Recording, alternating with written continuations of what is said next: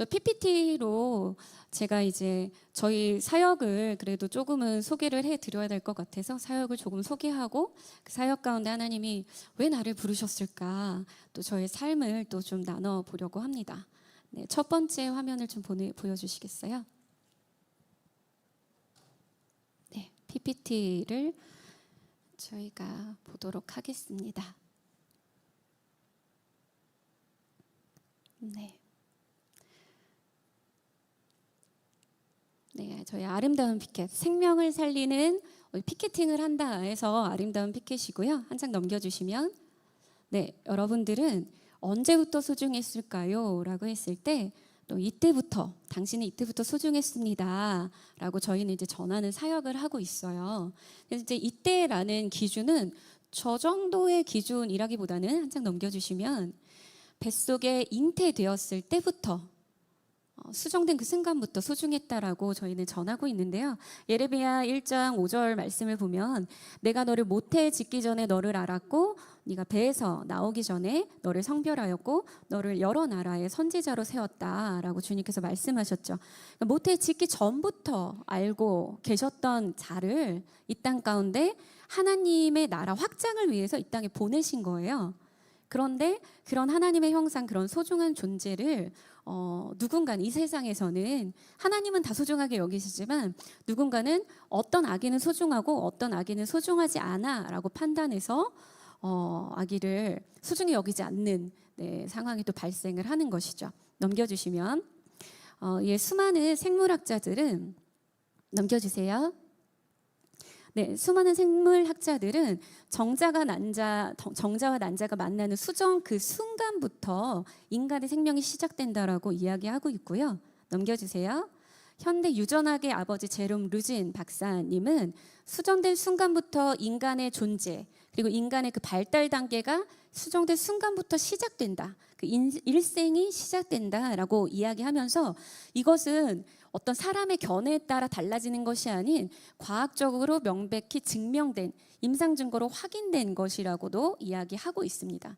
하지만 이제 사람들은 이게 과학적으로 이게 맞긴 한데 언제부터 우리가 사람으로 인정해 줄 것이냐라고 자꾸 사회학적으로 이제 말을 만드는 것이죠.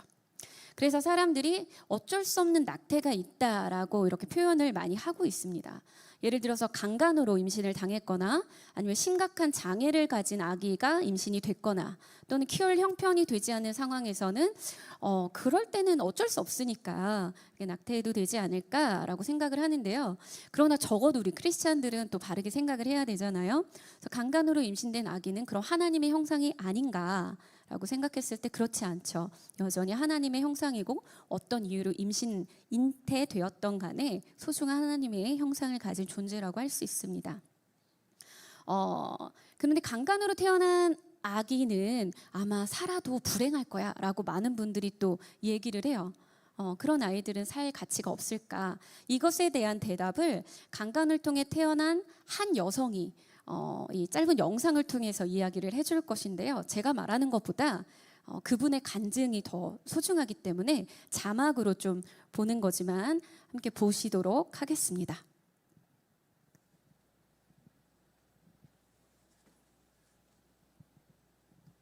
네, 하나 더 넘겨주시면 아마 플레이가 자동으로.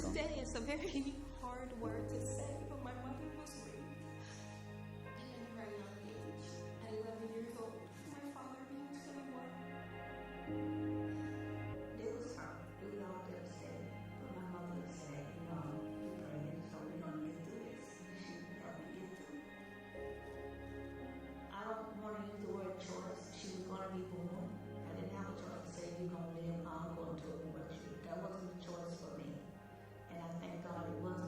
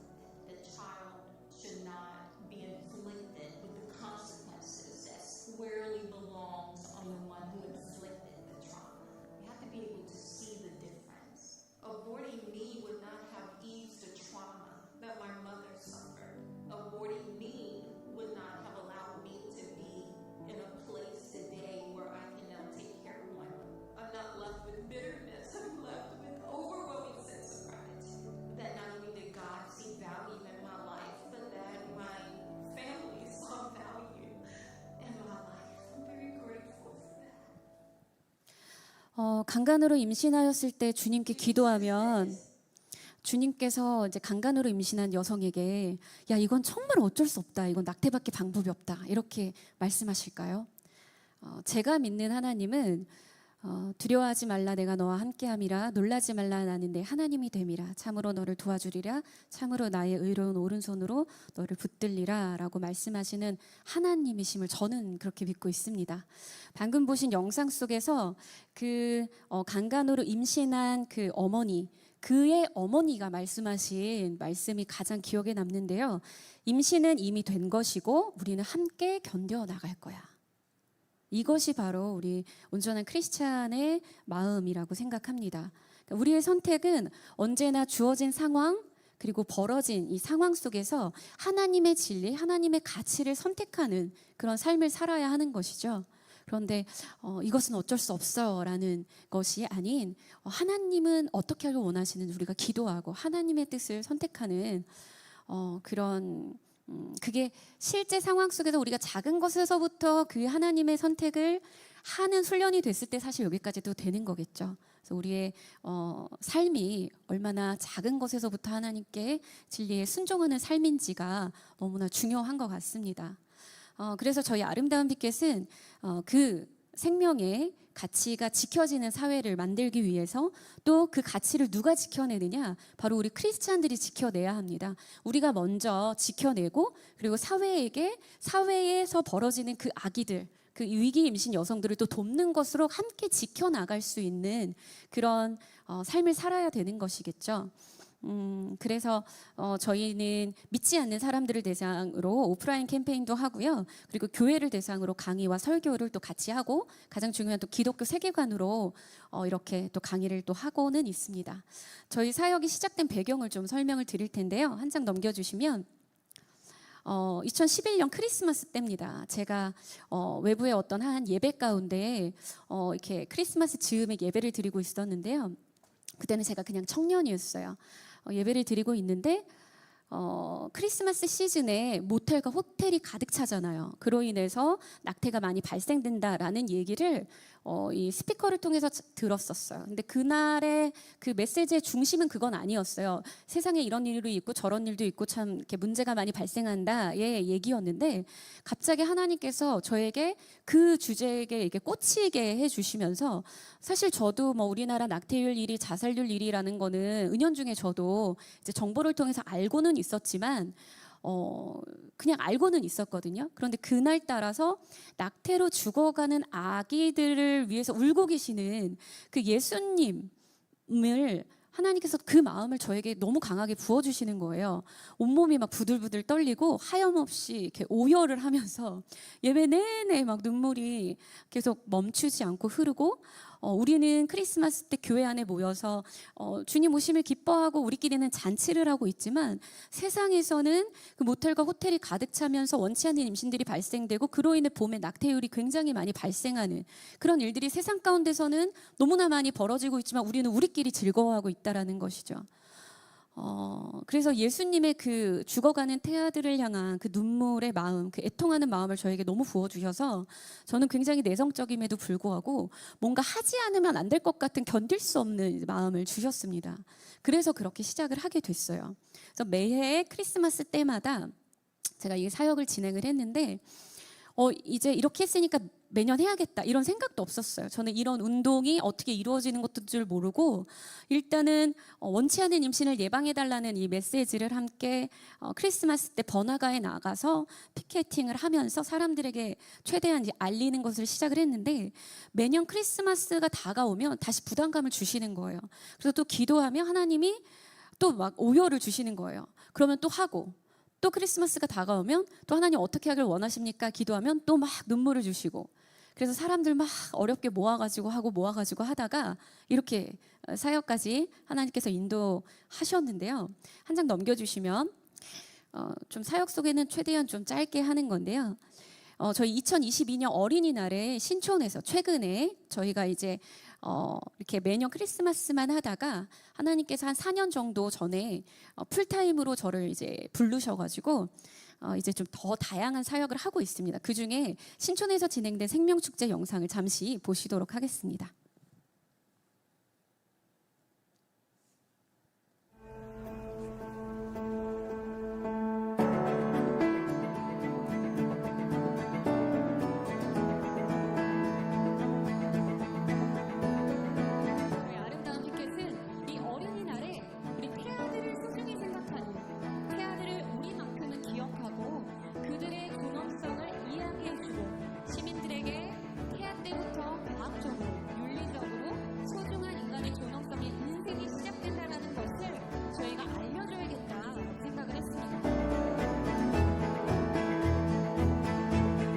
여러 가지 문화 행사와 선물을 주는 퀴즈 행사도 같이 진행을 했는데요. 네, 사람들에게 조금 더 와닿게 하기 위해서 태아를 소중히 여겨주세요보다 당신은 이때부터 소중했어요. 이렇게 또 접근을 하면서 우리도 맞아. 이때부터 소중했지. 그래, 모든 아이들도 이때부터 소중해. 이게 또 자연스럽게 인식되게끔 네, 그렇게 행사를 좀 긍정적으로 밝게 하고 있고요. 저희는 막 낙태 반대 이렇게 시위하는 사람들이 아니라 생명을 존중하는 그런 사역을 하고 있습니다. 이 사진은 작년 가을에 대치동 학원가에서 학원 아이들 수험생 아이들 스트레스 많잖아요. 그래서 너희들은 성적 순으로 소중함이 매겨지는 것이 아니다. 이때부터 존재 자체로 소중했던 존재다 해서 태아 생명의 소중함과 그 아이들을 또 응원하는 마음, 자살 예방의 요소를 같이 해가지고 이렇게 또 캠페인을 진행하기도 했고요. 그리고 다음 사진을 보면 작년 가을 이제 생명의 소중함을 가사에 담은 포리베 창작 동요대회를 했어요. 포리베는 유튜브에 이제 나중에 구독을 꼭 해주시기 바랍니다. For Little Baby를 줄여서 포리베라는 이제 저희 아름다운 빛께서 유튜브 채널 이름인데요. 그래서 전국에 날고 기는 동요를 잘하는 아이들이 다 이렇게 지원을 해서 정말 좋은 곡들이 많이 나와 있어요. 그래서 8곡 저희가 선정해서 음원으로도 발매를 했습니다.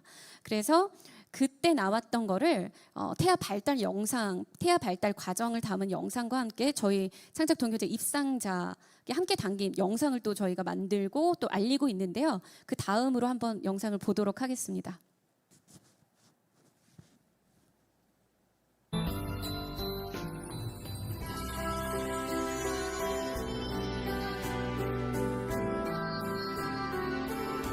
구주에서 10주 된 아기인데요. 사실은 이때 가장 많은 아기가 낙태되는 주수입니다. 그런데 이렇게 긁고 또 이렇게 점프도 하고 이렇게 활발하게 움직이는 아기인데 이때 가장 많은 낙태가 이루어지는 시기입니다.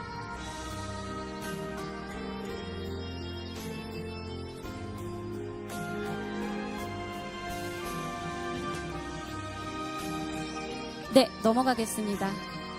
네, 풀 영상은 저희 유튜브 채널에 올려져 있습니다.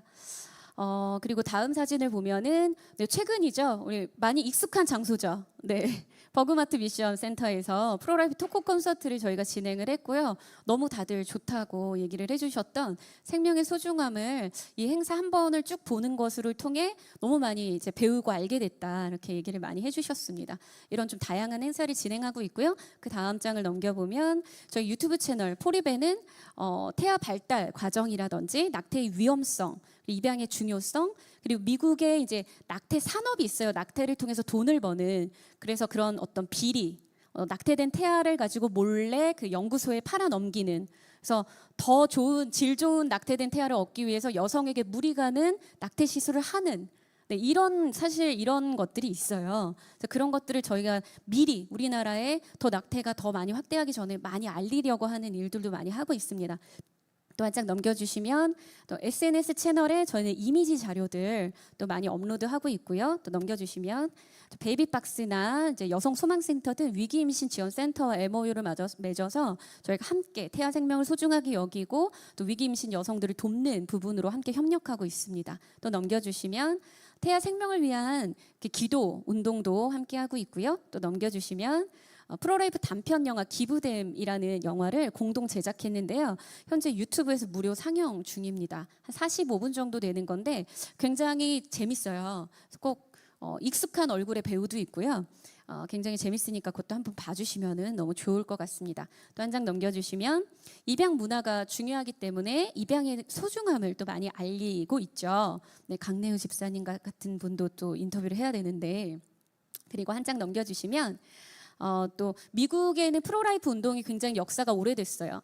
그런데 미국에는 낙태가 합법화된 것도 오래됐고 그것 때문에 교회와 사람들이 다 일어나서 여성들을 위해서 태아 생명을 살리기 위한 노력과 단체들이 굉장히 많거든요. 그래서 그 단체들을 또 벤치마킹하면서 미국과 또 한국 오가면서 이렇게 활동하고 있고요. 그 다음에 넘겨주시면 네, 프로라이프 운동이라고 해요. 태아 생명을 더 소중히 여기는 걸 프로라이프 진영을 뜻하고요. 그리고 낙태를 지지하는 사람들은 선택을 지지한다 해서 프로초이스라고 합니다. 그래서 낙태를 찬성하는 사람은 프로 초이스, 낙태를 반대하는 사람들은 프로 라이프. 저희는 프로 라이프 단체입니다. 네, 그렇게 해서 이 운동은 이제 세상만 향하면 좋겠는데 교회에도 이런 거에 대한 인식이 많이 없고 우리나라가 산하 제한 정책 때문에 낙태가 많이 이루어졌던 그런 역사가 있어서 교회 내도 낙태 유경험자가 많아서 이런 부분들에 대한 좀 인식을 많이 하고 함께 좀 운동에 동참해야 되는데 아직은 조금 어려워하시는 분들이 많아서 확장이 좀 더디 되고 있는 것 같아요. 기도 많이 해주셨으면 좋겠습니다. 이상으로 저희 단체 소개를 좀 마치고요. 하나님이 어떤 분이 저에게 이렇게 질문하시더라고요. 하나님이 목사님을 이 사역으로 왜 부르신 것 같으세요? 이렇게 물어보시더라고요. 어떻게 시작하게 되셨어요? 라는 질문은 많이 받았지만 왜 부르신 것 같으세요? 라고 얘기한 질문은 처음 들어봤거든요. 굉장히 훌륭한 어떤 작가님이셨는데 그래서 제가 이제 간증을 하나님이 나를 이 사역을 하려고 나를 이렇게 키우셨구나 라는 생각을 많이 하게 됐었어요. 그래서 제가 간증을 조금 나눠본다면 오늘 저의 간증의 제목을 조금 만약에 붙여본다면 지극히 작은입니다. 제가 또 이걸 가지고 좀 긴 시간 설교를 하기도 하는데요. 설교보다는 간증으로 위주로 하려고 합니다. 에베소서 3장 8절에 보면 모든 성도 중에 지극히 작은 자보다 더 작은 나에게 이 은혜를 주신 것은 측량할 수 없는 그리스도의 풍성함을 이방인에게 전하게 하시고 바울의 고백이죠. 너무나 훌륭한 바울이 왜 나는 지극히 작은 자들보다 더 작은 사람일까? 왜 바울은 나는 죄인 중에 괴수라고 얘기했을까? 너무 훌륭한데 바울이 괴수면 우리는 뭐지? 이렇게 생각이 되잖아요. 그것은 바울이 어떤 많은 것들을 잘한 것을 기준으로 삼는 것이 아니라 하나님 앞에 우리가 얼마나 죄인인지 내 자신이 하나님 앞에 정말 그 누구와도 비교할 필요가 없는 내가 가장 큰 죄인이구나라는 그러니까 죄된 것을 인식하는 그 인식이 되게 중요하거든요. 죄인된 인식이죠. 그러니까 철저히 내가 누구와 비교할 필요가 없이 내가 정말 죄인이구나라는 게 인식이 되어지면요. 그러면 하나님을 나를 구원하실 분이 하나님밖에 없잖아요. 소망이 하나님밖에 없기 때문에 하나님만 온전히 의존을 하게 됩니다.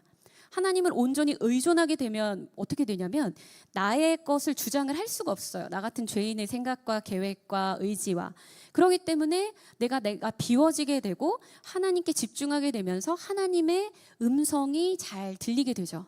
근데 나 같은 죄인을 살리신 주님이 하나님의 음성으로 나에게 무언가 이야기하시면 안 할 수가 없는 거예요.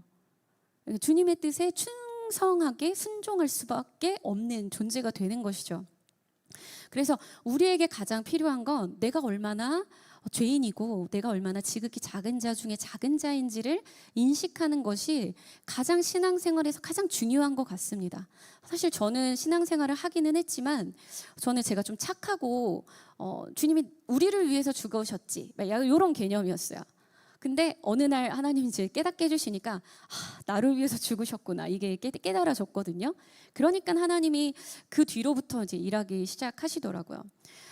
저는 사실 어디 가서 이제 저를 소개할 때 야곱과 같이 험악한 세월을 살았나이다 이런 고백을 많이 했었어요. 근데 멀쩡해 좀 뭔가 잘 살아 아닌가요? 잘 살아 보이고 그냥 잘 지낸 것 같은데. 네, 그렇지만 제가 또 뒤에 얘기하겠지만 충격적인 고난의 여러 시기도 있었고요. 제가 이제 20대 초반에 서울 올라온 생활을 한번 정리를 해보니까 고시원에서 진짜 많이 살았고요. 교회 그 지하 교회 유아실에서 여러 교회마다 교회에서 많이 살았고요. 그 남의 집에서도 얹혀 살았고요. 알바 직장 다 포함하면 한 30개 정도 가짓수가 되고 이사도 30번 정도 한 것 같아요.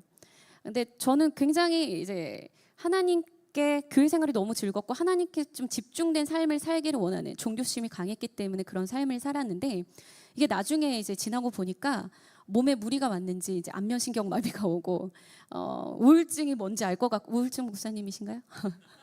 근데 한번 들어가지고 저 되게 공감하고 싶어가지고 사실 기억하고 있었거든요. 왜 목사가 우울증이야? 아니요 여러분 타고난 성향에 우울질이 있습니다. 제가 존경하는 굉장히 유명한 목사님도 그분도 우울질이거든요. 세상은 원래 우울하다 이렇게 얘기하시는 분이에요.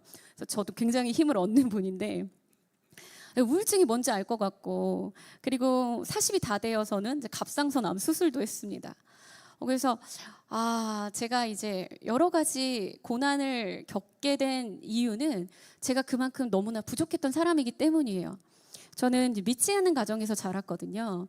아버지는 가정에 굉장히 무관심했고 남에게 잘하시고 어머니는 굉장히 유교적인 분이셔서 통제를 하셨어요, 항상. 그리고 제가 특별히 자유로운 영혼이신 아버지를 닮았기 때문에 저를 지 아빠 닮지 않게 하려고 엄청난 통제를 하셨어요. 저는 근데 잘못한 게 없는데, 아빠는 자유로운 영혼으로 잘못을 하셨지만 전 잘못하지 않았거든요. 그렇지만 엄청난 통제 속에서 살았죠. 그래서 그거 아시죠? 뭐 얘기만 하려고 하면 이거. 네. 저는 항상 그런 얘기를 듣고 자랐습니다. 그래서 화목하지 못한 가정과 사랑한다는 말 한마디 들어보지 못했고요. 칭찬 한번, 격려 한번 듣지 못하고 자랐습니다. 그래서 저는 자존감이 매우 낮았겠죠. 그리고 뭔가 혼나는 일이 많잖아요. 그러니까 저만의 이제 성을 쌓아가지고 저만의 세계에서 살았어요. 세상과 소통을 잘 안 하고 조용히 저만의 상상 속에서 많이 살았습니다. 근데 하나님이 저에게 주신 제 성향은요, A형에다가 우울질에다가 인프피입니다. INFP. INFP 이렇게 많이 계신가요? 네, ENFP세요? 저는 INFP인데요. 사람들이 이 사역을 뭔가 담대하게 하는 것 같은 저를 보면 O형이냐, 외향적이다, I냐 깜짝 놀라시거든요. E인 것 같은. 근데 전혀 그렇지 않습니다. 저는 어렸을 때 친구들이 말이 없는 아이로 기억을 하면서 나중에 커서 만났을 때 왜 이렇게 말이 많아졌냐 이렇게 얘기를 했는데, 저는 나서지도 못하고 친구를 먼저 사귀지도 못했어요. 부모님과의 이런 교제가 원활하지 않다 보니까 친밀하게 사랑받고 애정이 이렇게 잘 생기게 형성이 된 것이 아닌, 나를 보호하기 위해서 나만의 성 속에서 들어가서 조용히 이렇게 사는 입장이었기 때문에 사람들과 온전한 교제와 소통을 하는 것이 많이 부족했어요. 그래서 이런 많은 부족함 가운데 그럼에도 불구하고 하나님께서는 저에게 어떤 좋은 은사를 주셨냐면 오지랖과 긍휼의 은사를 주셨습니다. 그래서 길에서 이제 나물 파는 할머니를 보면은 꼭 사줘야 될 것 같고, 친구가 뭘 좋아하면 항상 양보를 하고, 하물며 제가 좋아하는 오빠가 있었는데 그 오빠도 저를 좋아했거든요. 근데 내 아는 동생이 그 오빠를 또 좋아하는 거예요. 양보하고 뭐 이런 웃기죠. 그런 정도로 나의 행복보다는 타인의 행복을 만족시켜줘야 될 것 같은, 이게 이제 약간 좋지 않은 거죠. 네, 좋지 않은 건데 뭔가 그런 것에서 이제 기쁨을 찾는 정도였습니다. 네, 그런데 항상 이제 소외된 친구들에 대한, 저는 친구들에게 먼저 사귀자 이렇게 다가가지 못해요. 그래서 항상 저에게 먼저 다가오는 사람만 사실 만나요. 대인 관계가 사실 굉장히 어려운데, 그런데 제가 먼저 다가가는 친구들은 항상 고아원 아이들이라든지 소외된 친구들이었어요. 왜냐하면 제가 소외됐으니까, 어렸을 때 가정에서든 내가 온전한 이런 걸 받지 못하고 공감 결핍이 있다 보니까 그런 친구들을 봤을 때 그 긍휼이 막 나오는 거예요. 공감이 많이 되고. 근데 그런 게 하나님이 그런 성향과 기질, 그리고 외로운 환경을 통해서 이런 것들을 좀 많이 이렇게 세워주신 것 같아요. 그리고 하나님이 어떤 또 큰 그림을 그리셔서, 믿지 않는 가정이지만 하나님의 크신 은혜로 가난한 집에서 태어나서 가난한 덕분에 원비가 가장 저렴한 선교원을 다닐 수 있었습니다. 너무 감사했죠. 그래서 아기 때 선교원을 다니면서 가장 기억에 남는 노래가 있었죠. 좋으신 하나님, 좋으신 하나님, 참 좋으신 나의 하나님. 저는 이것 때문에 하나님은 좋으시다라는 게 딱 새겨졌어요. 하나님은 완벽하고 온전하고, 뭔가 내게 어려움이 있어도 나에게 문제가 있고 뭔가 문제가 있지 하나님 탓을 해본 적이 없어요. 저는 그거는 하나님이 저에게 주신 정말 큰 선물이라고 생각을 해요. 그래서 인생의 많은 온갖 고난과 역경 속에서도 하나님 원망해 본 적이 없고, 하나님은 다 아시고 하나님은 완전하신데 이런 일이 나에게 왜 생겼을까? 내가 뭘 깨달아야 되나? 내가 뭘 좀 고쳐야 되나? 그렇게 오히려 생각을 많이 했던 것 같아요. 네, 그래서 한 번은 이제 어렸을 때 좀 이런 적이 있었는데, 교회를 뭐 열심히 다니진 못했지만 어쨌든 제가 하나님을 나름대로 믿는 믿음 안에서 교회를 다녔는데, 어느 날 어머니가 제가 공부를 되게 못했습니다. 이게 자기만의 세계에 있으면은 소통이 안 되면 문제집과 이 시험 문제와도 소통이 잘 안 돼요. 그래가지고 막 생각은 너무나 많아요. 그래서 이해력이 떨어지고 이런 게 있었거든요. 그래서 공부도 되게 못했는데 어느 날 어머니가 이제 성적표를 보시더니 아버지로 인한 스트레스를 저에게 풀면서 이렇게 얘기하셨어요. 나가 죽어. 이렇게. 제가 중학교 때였거든요. 근데 워낙 이제 어머니 무뚝뚝하시고 그러셨는데 제가 그때 당시에 뭘 느꼈냐면 그렇게 친밀하지 않지만 나랑 가장 가까운 존재고 내가 의지할 존재가 어머니인데 어머니로부터 그런 얘기를 들으니까 온 우주에 저 혼자밖에 없는 생각이 들더라고요. 그래서 내가 정말 나는 죽어야겠구나 생각이 가득했지만 감사하게도 이제 저희가 살던 빌라가 2층이었어요. 그래서 뛰어내려도 죽지 않고 뛸 용기도 없고 그래서 막 펑펑 울면서 뭔가 이렇게 주님을 이렇게 더듬더듬 찾으면서 펑펑 울고 또 이제 좀 그래도 그냥 좀 살고 이랬던 것 같아요. 네, 그렇게 또 하나님이 제가 하나님을 깊이 알지 못했을 때에도 그렇게 위로를 해주셨던 것 같아요. 제가 이제 고향이 대전인데요. 대전에서 이제 졸업을 하고 올라왔어요. 그리고 본격적인 신앙생활을 했는데 열심히 교회를 진짜 열심히 다녔거든요. 원래는 어렸을 때는 친구가 안 가면 저도 못 갔어요. 내성적이라서 친구가 가면 가고. 근데 이제 대학교를 졸업하고 성인이 돼서 올라와서는 저를 열심히 데리고 가는 집사님이 계셨거든요. 그래서 교회를 굉장히 열심히 다녔어요. 모든 예배를 다 참석하고 그 어른들이 하는 그 모임 있죠. 속회 뭐 이렇게 공동체 모임 있잖아요. 아줌마들 하시는 모임 같은 거. 거기도 막 다 가고 그럴 정도로 온갖 봉사를 다 하고 굉장히 열심히 교회를 섬겼거든요. 근데 어느 날 하나님께서 그렇게 깨닫게 하시더라고요. 불공력 시험으로 제가 여태까지 그 봉사활동하면서 섬겼던 것들을 시험을 딱 하시면서 남는 게 하나도 없는 걸 깨닫게 하시는 거예요.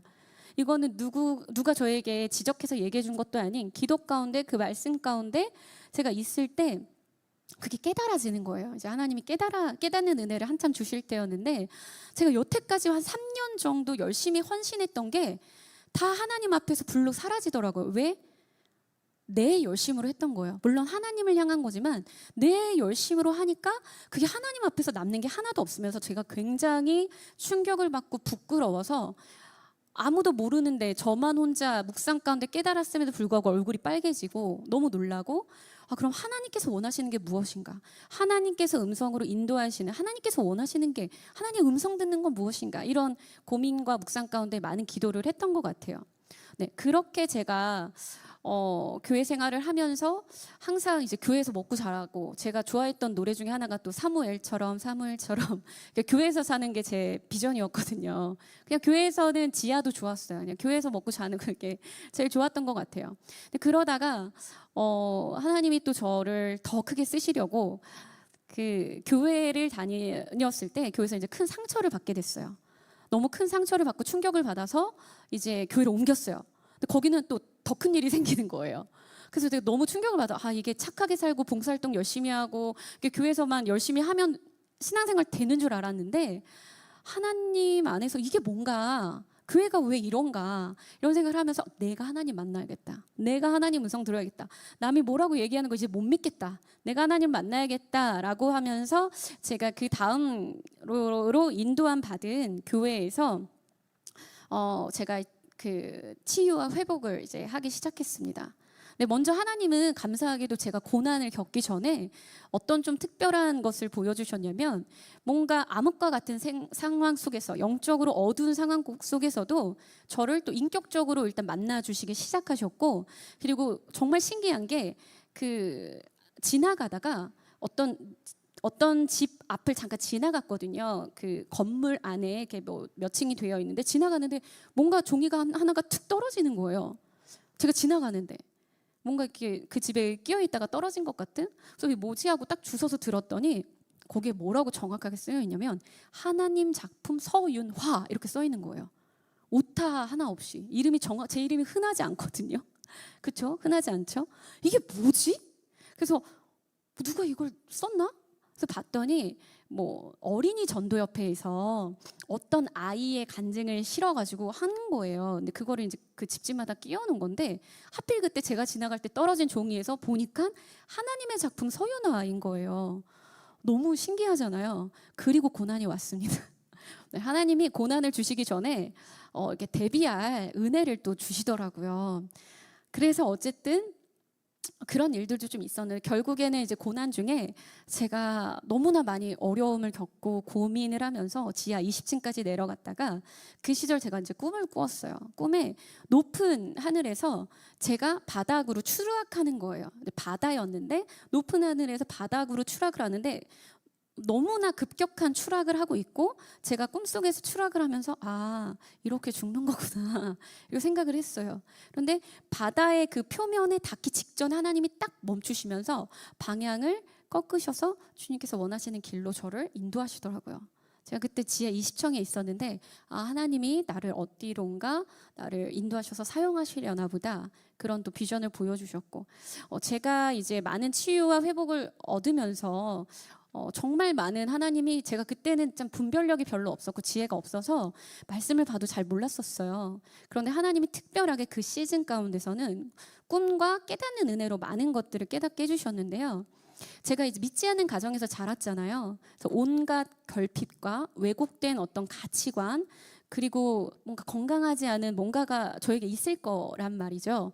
그래서 저도 예전에는 하나님 제가 이러고 싶어서 이런 게 아니라 나도 믿음 좋은 가정에서 한 막 4대, 믿음의 3대, 4대에서 정말 사랑도 많고 막 성경적으로 잘 이렇게 인도하는 그런 가정에서 내가 태어났으면 나도 좋았을 텐데 내가 이런 가정에서 태어나고 싶어서 태어난 건 아니잖아요 라고 원망은 아니고 약간 아니잖아요 이렇게 얘기를 했어요. 주님께. 그렇게 얘기를 했더니 주님께서 하나를 깨닫게 해주시는 게 저는 제가 이제 신앙생활 우리가 이제 평균치라고 이렇게 보면 우리 신앙생활 크리스찬들 중에서 저는 제 신앙생활의 수준이 한 30점에서 시작해서 겨우 끌어올린 60점 정도였다고 저는 생각을 하거든요. 근데 좀 믿음의 가정에서 자란 애들은 일단 80점에서 시작을 하는 거예요. 그런데 하나님께서 가르쳐 주신 건 저는 60점밖에 여전히 부단히 노력해서 60점밖에 안 했지만 하나님은 그 주어진 상황 속에서 그만큼 진보를 나타낸 그 폭을 보신다라는 거를 깨닫게 해주셨어요. 80점에서 90점보다 30점에서 60점이 하나님께서 더 귀하게 보신다는 거죠. 근데 이 80점짜리는 그 이상을 올리기가 쉽지 않을 거예요. 제 생각엔 그래요. 그런데 워낙 밑바닥에 있던 사람들은 하나님을 더 의지할 수밖에 없거든요. 그리고 하나님이 내가 지하 20층에 있었다면 하나님이 지하 20층까지 내려오시는 하나님을 경험해요. 저는 그게 굉장한 은혜라고 생각을 했습니다. 그래서 내 삶이 조금 불행하고 어려웠던 거에 대해서 조금도 이제 어렵지 않고 이게 은혜구나. 내가 하나님을 더 깊이 만날 수 있는 은혜가 됐구나. 내 고난이 하나님을 더 가깝게 만나고 하나님의 더 그 넓고 깊음을 경험하게 했구나. 그런 것들을 많이 깨닫게 됐습니다. 제가 한 번은 하나님께서 이제 꿈과 깨달음으로 많이 인도를 해주셨는데 한 번은 이런 생각을 했어요. 하나님, 나는 착한데 왜 사람들은 나에게 이렇게 나쁘게 대할까요? 나를 막 통제하려고 하고 착취하려고 하고 이용하려고 하고 왜 그럴까요? 나는 착한데 이랬어요. 그랬더니 주님께서 하시는 말씀이 어리석음이 죄다. 이렇게 깨닫게 해주시는 거예요. 제가 완전 충격을 받아가지고 저는 제가 착하다고 생각을 한 거예요. 그런데 어리석음이 죄구나. 그래서 어리석음이 죄다라는 걸 하나님이 알려주시니까 그 어리석음과 싸울 수 있는 힘을 얻게 되더라고요. 근데 죄인지 모를 때는 싸울 수가 없는 거예요. 근데 하나님이 가르쳐 주셔서 싸우게 됐죠. 그리고 한 번은 제가 하나님께 항상 기도를 할 때 하나님 감사합니다 감사합니다의 기도는 되게 많이 했거든요. 그런데 다른 애들은 하나님 사랑해요 막 이러는 거예요. 그래서 그걸 보면서 나는 왜 하나님께 사랑한다고 말을 못하고 있는가 이런 내 자신을 발견을 한 거예요. 그러니까 나는 사랑이 뭐지? 그래서 눈물이 또르르르 사랑이 뭐지? 눈물이 막 나는 거예요. 하나님 저 사랑이 뭔지 모르겠어요. 이게 부모님이 이 자녀들을 사랑하고 자녀들을 아끼는 거를 생색을 많이 내주셔야 되고 말로 표현해 주셔야 되고 저희 부모님이 왜 사랑을 안 했겠어요? 사랑하셨겠죠. 근데 몰라요. 말을 해주고 안 해주면 어디 뭐 디즈니랜드를 데리고 가도 자료를 남겨가지고 계속 보여주면서 이렇게 계속 생색을 내셔야 돼요. 부모님들은. 그래 내가 이렇게 사랑받는구나 이거 알 수 있게끔. 아이들은 그런 표현이 필요하잖아요. 어쨌든 제가 그렇게 감사만 하다가 사랑을 고백을 못할 정도였었는데 하나님께서 이제 하나님 사랑합니다라고 고백할 수 있는 사람으로 또 바꿔주셨고요. 또 한 번은 제가 너무 이제 제 자신에 대해서 직면을 하다 보니 내가 너무 죄인이어서 제가 성령의 열매를 맺지 못하는 거예요. 어느 날 성경을 보니까 나쁜 나무는 나쁜 열매를 맺고 좋은 나무는 좋은 열매를 맺는데 저는 계속 나쁜 열매만 맺는 것 같아 보이는 거예요. 그래서 제가 어디서 주워 들은 게 있어서 이 하나님은 이제 예정설, 하나님은 미리 선택하시고 예정하신다라는 게 있잖아요. 근데 내가 나쁜 열매를 맺는 거 보니까 아무래도 나는 나쁜 나무인가 봐. 나는 구원받지 못하기로 하나님이 작정하셨나 봐. 근데 제가 그때 정말 순진했었거든요. 그때 어떤 마음이 있었냐면 하나님의 온전하심에 대해서는 부인할 수가 없으니 하나님이 그렇게 결정하셨으면 어쩔 수 없지. 이렇게 생각을 했어요. 나를 구원받지 않은 자로 지으셨으면 어쩔 수 없이 하면서 눈물이 구원받고 싶은데 이렇게 울 때도 있었어요. 지금 생각하면 우습지만 그때는 정말 너무 진지했죠. 너무 진지하고 저의 죄에 대한 인식이 되게 컸었던 것 같아요. 근데 감사하게도 이제 예전에 많은 믿음의 사람들이 자신의 구원을 한 번씩 다 의심해봤다라고 하더라고요. 그래서 이게 좋은 거였구나 그렇게 생각을 했었고요. 또 한 번은 하나님께서 식탐을 고쳐주셨어요. 좀 재밌었던 것은 친구랑 이렇게 대화를 했어요. 친구가 밥을 먹는데 교회 로비에서 밥을 먹는데 이 친구가 너무 심각한 얘기를 하면서 젓가락을 내려놓고 얘기를 하는 거예요. 먹으면서 얘기해도 될 것 같은데. 근데 제가 이제 엄마 뱃속에서 엄마가 입덧이 심해서 많이 못 먹었었거든요. 이런 친구들이 식탐이 좀 있다는 통계가 있어요. 근데 제가 식탐이 있는데 심각하게 이렇게 눈을 보고 얘기를 해야 되는데 자꾸 제 눈이 음식으로 가는 거예요. 그래서 속으로 미쳤나 봐. 정신 차려고 뭐 하는 거야. 제가 이렇게 생각을 했어요. 그런데 막 정신을 집중하면서 친구를 막 집중을 하게 했거든요. 그런데 제가 노력을 했는데 여전히 제 눈이 밑으로 가는 저를 보면서 제가 그때 충격에 빠졌어요. 진지하게. 제가 그때 굉장히 놀라면서 내가 노력을 했는데 왜 이게 통제가 안 되지?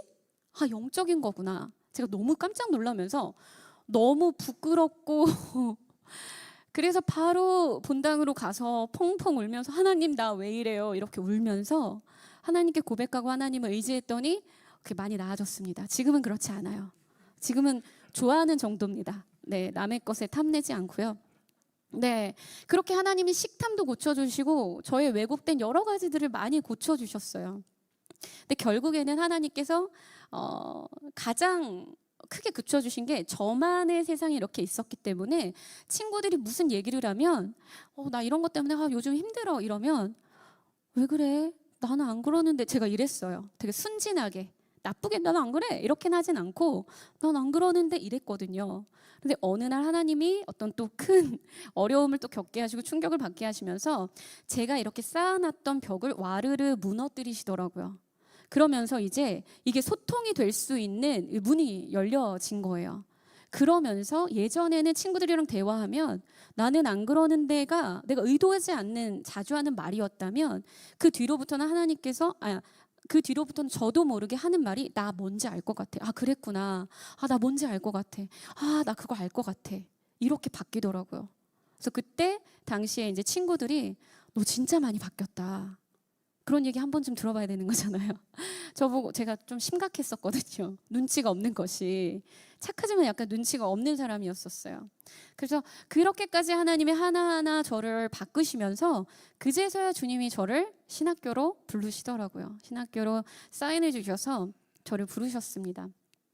그러면서 2011년에 하나님께서 그 사역 가운데 강권적으로 부르시고 저를 매년 크리스마스 때마다 하는 행사 정도였는데 그것을 이제 제가 신대원을 졸업하고 목사 안수를 받고 나서 아름다운 피켓은 원래 그냥 시즌 캠페인이었지만 제가 원래 교회에서 사는 걸 좋아했잖아요. 그래서 이제 교회에서 풀타임 할 생각에 사실 되게 들떠 있었거든요. 교회만 온전히 집중하는 교회 사역만. 그래서 이제 교회 풀타임 사역을 알아보던 중에 하나님께서 저에게 이 이 태아 생명 존중 사역을 풀타임을 해라라고 말씀을 해주셨어요. 그래서 전혀 해보지도 않았던, 그리고 이제 막 코로나가 시작됐던 그런 시즌이었거든요. 그래서 이걸 풀타임 해야 되나 보다 하고 일단 뭐라도 하자 해서 이 사역을 지금은 풀타임으로 하고 있고, 파트타임으로 교회 사역 하던 것도 이 사역이 너무 바빠서 이제 내려놓고 지금은 교회 사역은 안 하고 있고요. 이 사역만 하고 있습니다. 그래서 사실은 이렇게 몸담은 교회가 없어요. 그러다 보니 많이 외롭고 또 봉사자들을 동원하기도 굉장히 어렵고, 지금은 저희가 아름다운 피켓이 비영리 단체예요. 선교 단체로 등록된 건 아니고요. 비영리 단체인데 지금 저희가 더 나은 이제 더 많은 사역들을 위해서 사단법인으로 설립을 하려고 준비는 하고 있어요. 하지만 이제 홍보대사 그리고 후원이사 이런 분들이 많이 필요합니다. 기도 정말 많이 부탁드리고요. 따뜻하게 태아 생명의 소중함을 전하는 것이 너무 중요하다라는 그런 것들을 더 교회 가운데 많이 알려야 되겠다라는 생각을 하고 있습니다. 누가복음 16장 10절에 이렇게 말씀하고 있어요. 지극히 작은 것에 충성된 자는 큰 것에도 충성되고 지극히 작은 것에 불의한 자는 큰 것에도 불의하니라. 제가 예전에 정말 많은 봉사를 했지만 그것이 다 하나님 앞에 하나님이 원하시는 것이 아닌 내가 원하는 봉사에서 다 무너졌을 때, 이제 하나님께서 원하시는 거 아니면 아무것도 안 할 때가 있었거든요. 그리고 하나님께서 원하시는 음성을 듣고 하나하나 가는 것들이 이렇게 훈련이 되다 보니 어떻게 보면은 그 지극히 작은 일에 충성하는 삶을 살 수밖에 없게 되더라고요. 그리고 작은 것에 충성되면 하나님께서 큰 것을 맡기는구나. 저는 물론 우리가 하는 모든 사역이 다 중요하고 다 큰 사역이지만 이 태아 생명 존중 사역을 하는 것이 굉장히 외롭습니다, 여러분. 굉장히 외로운 사역인데 많은 공감대를 얻는 것들이 조금 부족해요. 많이 외로운 우리 죽어가는 태아들을 생각하면 이제 눈물이 항상 나는 것이기 때문에 많이 외로운 사역이지만 어쨌든 작은 것에 순종하고 하나님의 음성에 귀 기울일 수 있도록 하나님께서 저를 바꾸시고 훈련을 하셨기 때문에 이런 것도 맡겨주셨구나라는 생각을 하게 됐습니다. 그래서 여러분들에게도 지극히 작은 자가 먼저 되시고, 그리고 지극히 작은 것에 하나님의 음성에 따라 또 순종하시고, 그리고 하나님께서 맡기시는 또 지극히 작은 자들을 위한, 지극히 작은 것을 위한 또 순종과 콜링에 또 충성되게 순종하셨으면 좋겠다는 말씀을 드리고 싶었습니다. 마지막으로 마태복음 25장 40절이 이렇게 말을 하고 있습니다. 임금이 대답하여 이르시되 내가 진실로 너희에게 이르노니 너희가 여기 내 형제 중에 지극히 작은 자 하나에게 한 것이 곧 내게 한 것이니라. 지지난주인가요? 히즈빈스 대표님이 지극히 작은 자에게 한 것이 내게 한 것이다 라는 말씀을 받고 장애인들을 또 섬기면서 사업을 또 시작하셨잖아요. 저도 이 말씀이 제 사역과 또 연결이 되어 있습니다. 실제적으로도 지극히 작은 존재가 바로 태아거든요. 그리고 그 많은 사람들에게 외면을 받는, 아무도 알아주지 않고 뱃속에서 조용히 죽어가는 아기들, 그런 아기들이 정말 지극히 작은 자이다라는 것들을 또 기억해 주시면서 저희 사역을 위해서 함께 기도해 주시고 또 응원해 주시고, 많이 주변에 프리베 채널 구독과 좋아요 눌러주시면서 주변에 또 공유를 많이 해주시면 그 공유 자체가, 바른 정보를 온전히 전달하는 것 자체가 많은 사람들을, 많은 생명을 또 살릴 수 있는 기회를 주는 것이거든요. 그렇게 또 함께 동역하시고 동참해 주시면 좋겠습니다. 여기까지 하겠습니다. 들어주셔서 감사합니다.